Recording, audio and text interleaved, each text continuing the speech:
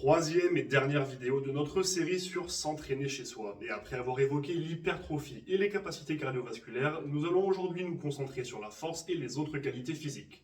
Je vous renvoie vers les deux précédentes vidéos sur le sujet pour recontextualiser les bases que nous avions posées, ainsi que pour vous rappeler de la méthode de réflexion que nous avions établie. Et sur ce, allons-y.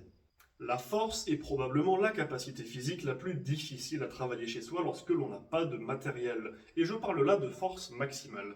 La première chose à faire sera de lister les différents facteurs qui vont vous permettre de prendre en force, et si ce sujet vous intéresse, j'ai dédié une vidéo entière à ce sujet dont le lien est en description. Mais pour faire simple, nous allons nous concentrer sur le système nerveux, l'hypertrophie et la technique. Concernant le système nerveux, il représente le point le plus compliqué, puisque pour lui apprendre à envoyer rapidement des signaux très forts afin de réaliser un effort musculaire court et intense, eh bien, il faudra un effort musculaire court et intense. Alors certes, on peut également travailler le système nerveux sur des efforts un peu plus longs en s'approchant de l'échec ou en travaillant un peu en explosivité, mais ce n'est pas le sujet du jour. Donc, si vous ne possédez pas de charges externes, cela va être plutôt compliqué à mettre en place et globalement, ce sera une partie de la force qui ne se travaillera pas très bien dans ces circonstances. Malgré tout, on peut aller chercher un travail nerveux en réfléchissant un peu plus profondément.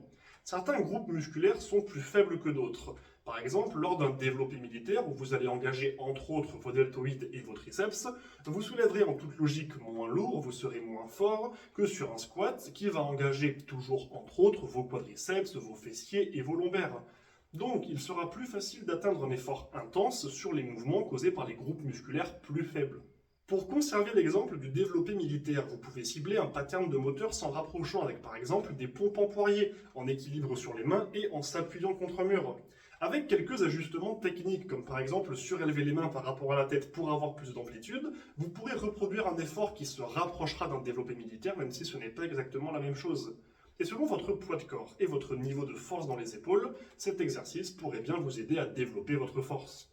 Alors certes, ce sera toujours moins qu'en pratiquant l'exercice réel, mais c'est déjà mieux que rien. Sinon, vous pouvez également essayer de cibler des muscles individuels, de les isoler, plutôt que de travailler les groupes musculaires. Ils seront ainsi plus faciles à charger. Par exemple, si les pompes sont faciles, peut-être que les pompes à une main peuvent représenter un challenge. Si vous ne pouvez pas charger de développé militaire pour renforcer vos épaules, alors avec les poids que vous avez à disposition, comme un sac rempli de livres ou un pack d'eau, vous pouvez essayer d'isoler votre deltoïde avec un mouvement d'élévation latérale. En bref, essayez de trouver un moyen pour que ce dont vous disposez à la maison suffise pour travailler ce que vous voulez travailler. Et une autre méthode qui peut vous aider, c'est l'isométrie maximale. Si vous pouvez pousser contre un objet immobile et que vous ne pouvez pas bouger, alors vous pourrez pousser aussi fort que vous le voulez. Certes, ce sera en isométrie, donc les bénéfices ne seront pas exactement les mêmes, mais ça restera un effort court et intense. Donc même si cette méthode ne peut pas tout remplacer à elle toute seule, elle élargit votre répertoire et peut vous apporter son propre lot de bénéfices. Maintenant, passons à l'hypertrophie, et je ne m'étendrai pas. Les raisons pour lesquelles elle contribue à la force sont détaillées dans ma vidéo sur les facteurs de force et les manières de la travailler à la maison sont détaillées dans ma vidéo sur l'hypertrophie à la maison. Pas d'inquiétude, tous les liens sont en description de cette vidéo. Et enfin, pour conclure sur la force, parlons technique. Sans revenir sur les principes temporels et spatials que je développe dans ma vidéo sur les facteurs de force, plus votre corps sera habitué à répéter un mouvement, plus il sera performant. De plus, les théoriciens du sport travaillent pour déterminer les meilleures postures, les meilleures techniques et les meilleurs mouvements à respecter pour performer sur chaque exercice. Donc, améliorez votre technique dans la mesure du possible, même si elle ne va pas directement augmenter votre force, va vous permettre d'avoir des impacts positifs sur vos performances. Voilà pour les quelques conseils que j'avais à vous donner sur le développement de la force chez soi. Bien sûr, il en existe d'autres, comme développer sa stabilité abdominale ou travailler avec des élastiques très résistants, mais vous comprendrez que je ne pouvais pas lister toutes les méthodes, il y en aurait des dizaines, cela prendrait des heures, c'est un sujet extrêmement vaste. J'espère malgré tout que vous aurez trouvé dans cette vidéo des informations qui vous auront aidé. Et maintenant, nous pouvons passer à la seconde partie, le développement des autres capacités physiques à la maison. Et bien évidemment, je ne peux pas toutes les lister, mais peu importe celles que vous souhaitez développer, voici un cheminement de réflexion. Premièrement, il faut que vous sachiez et que vous compreniez comment développer certaines capacités athlétiques avec du matériel. Ensuite, il faut comprendre quelles parties de l'entraînement que vous avez étudié vont se transférer pour développer quelle partie de la capacité athlétique. Et enfin, une fois que vous aurez toutes ces informations et que vous les aurez comprises, il faudra sélectionner les plus importantes ou les plus pertinentes selon votre cas pour essayer de les reproduire sans matériel. Par exemple, pour l'explosivité, vous savez que vous devez essayer de générer beaucoup de force très vite.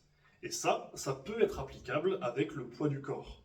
Pour l'endurance musculaire, il faut faire des séries longues pour amener vos muscles à l'épuisement et les forcer à vous fournir leur dernière répétition. Encore une méthode qui est utilisable avec le poids du corps, etc., etc.